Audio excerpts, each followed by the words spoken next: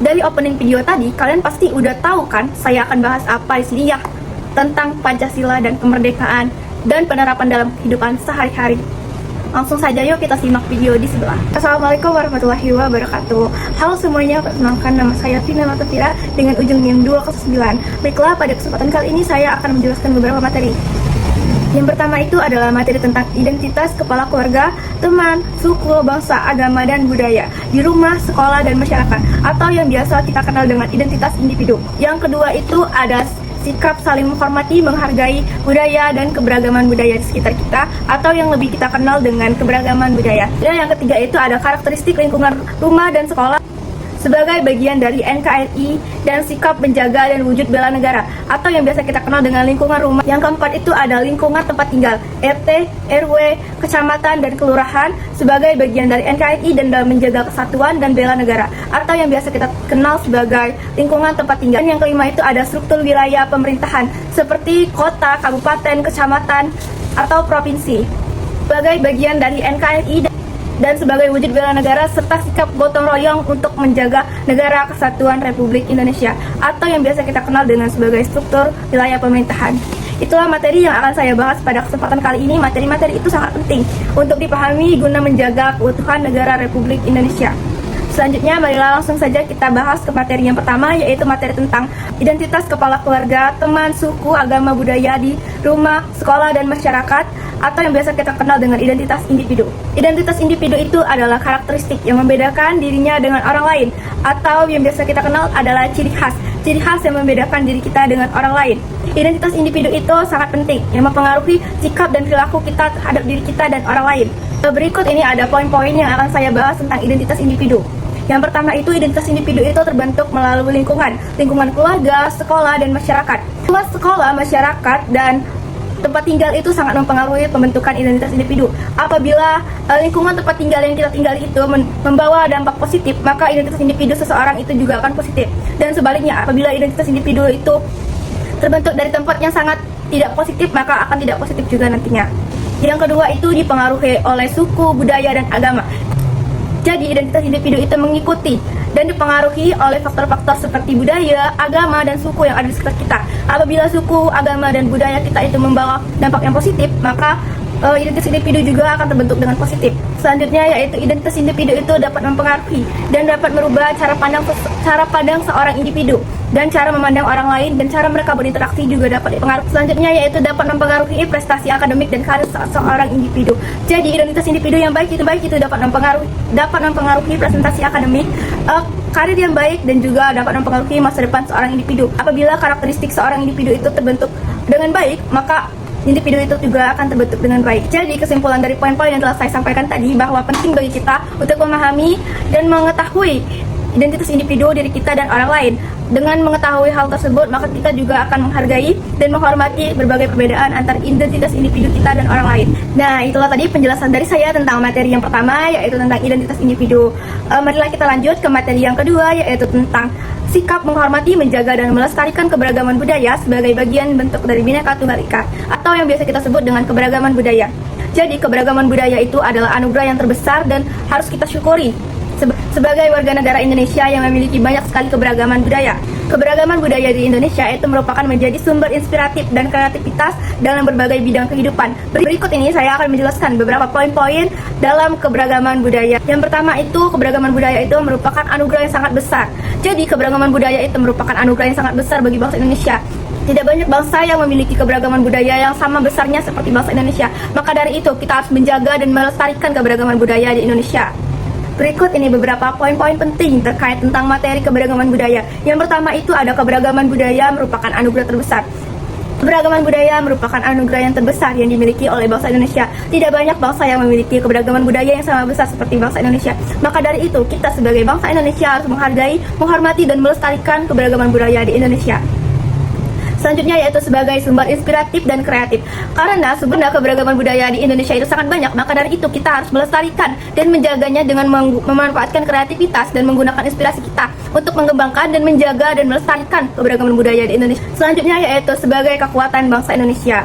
Jadi keberagaman budaya di Indonesia itu merupakan kekuatan yang dimiliki oleh bangsa Indonesia. Apabila dimanfaatkan dengan baik, maka keberagaman budaya itu akan menjadi sumber kekuatan dan pemersatu bangsa dan dapat diterima oleh semua pihak. Selanjutnya, dari poin-poin yang telah saya sampaikan tadi sangat penting untuk menjaga dan melestarikan keberagaman budaya di Indonesia. Sebagai bentuk wujud dari cinta tanah air, maka kita harus menjaga dan melestarikan keberagaman budaya di Indonesia agar hidup kita menjadi lebih makmur dan sejahtera ke depannya nanti.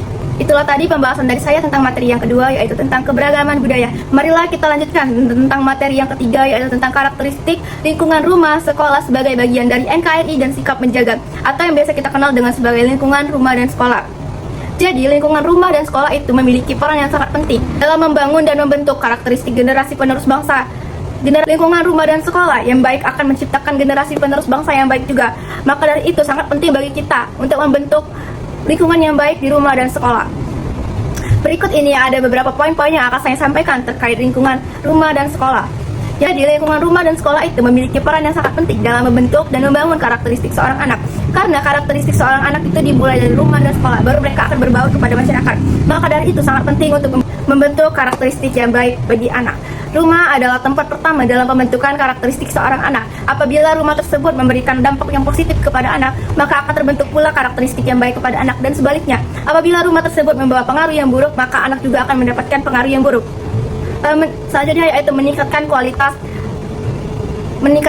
akademik. Berdasarkan karakteristik yang baik di rumah, anak akan kembali dibentuk di sekolah sebagai pengaruh potensi akademik yang baik. Apabila di sekolah anak mendapatkan potensi akademik yang baik dan positif, maka anak tersebut akan mendapatkan pengaruh dan membentukkan karakter tambahan dari sekolah yang baik juga.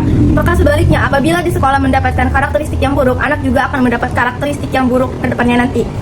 Jadi, kesimpulannya dari poin-poin yang telah disampaikan tadi sangat penting bagi kita untuk menjaga dan membangun karakteristik seorang anak. Karena anak sebagai penerus generasi bangsa harus mendapatkan karakteristik positif yang baik. Apabila anak mendapatkan karakteristik positif yang baik, maka akan berguna juga bagi generasi kedepannya. Karena sebagai penerus bangsa, anak juga harus mendapatkan sikap yang positif dan membangun karakter dengan baik.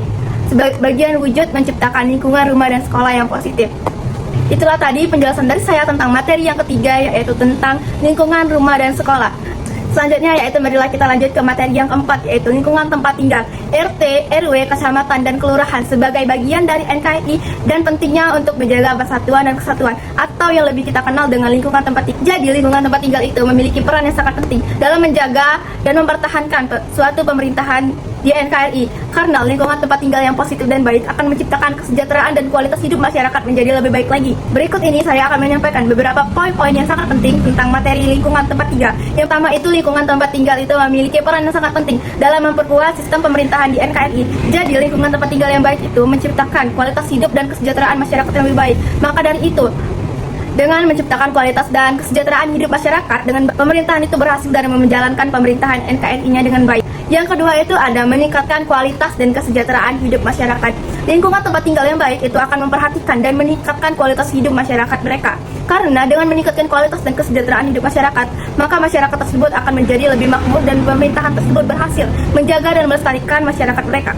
Kesimpulannya, dari poin-poin yang telah saya sampaikan tadi, sangat penting untuk menciptakan lingkungan tempat tinggal itu menjadi harmonis, dan dengan terciptanya lingkungan yang sejahtera dan harmonis, maka lingkungan tempat tinggal tersebut akan menjadi lebih positif dan dapat meningkatkan kesejahteraan masyarakat.